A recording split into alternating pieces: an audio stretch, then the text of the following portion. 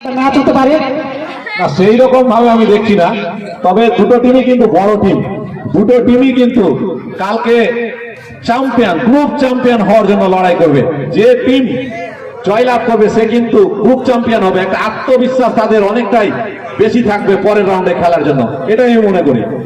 বিগত কালকে যে আমি একটা খেলা দেখলাম সকালবেলা, YT11 বনাম NSK, তো যে ইনিংসটা খেলে গেলেন YT11 এর অলরাউন্ডার মুন, আগামী কালকেও কি আমরা সেই খেলাটা দেখতে পাবো তার ব্যাটে? অবশ্যই মুন একটা স্টার প্লেয়ার, স্টার অলরাউন্ডার। অনেকটাই ওর দল কিন্তু মুনের উপরে নির্ভর করে থাকে এবং মুনকে দেখলাম সেই বাংলাদেশ থেকে এসে প্রথম ম্যাচে দুর্দান্ত নিজের প্রতিভা দেখিয়েছেন। 93 রান করেছিলেন এবং মাত্র 7 রানের জন্য সেঞ্চুরি হাতছাড়া হয়েছিল। আশা করবো কালকেও মুন কিন্তু ভালো খেলা খেলবে, এটাই আশা করতে পারছি। তাহলে কি উনি বাংলাদেশ থেকে BPL খেলছিলেন রংপুর রাইডার্সের, এখন মানে কি হয়?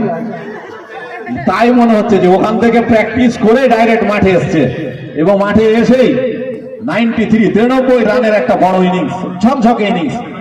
কিন্তু আগামীকালকে আজাদিন ক্লাবেরও কিন্তু বড় বড় প্লেয়ার রয়েছে, যেমন সাব্বির রয়েছে, তারপরে তৌহিদ রয়েছে। এদের মতামত, এদের উপরে কিছু আপনি একটু বলুন।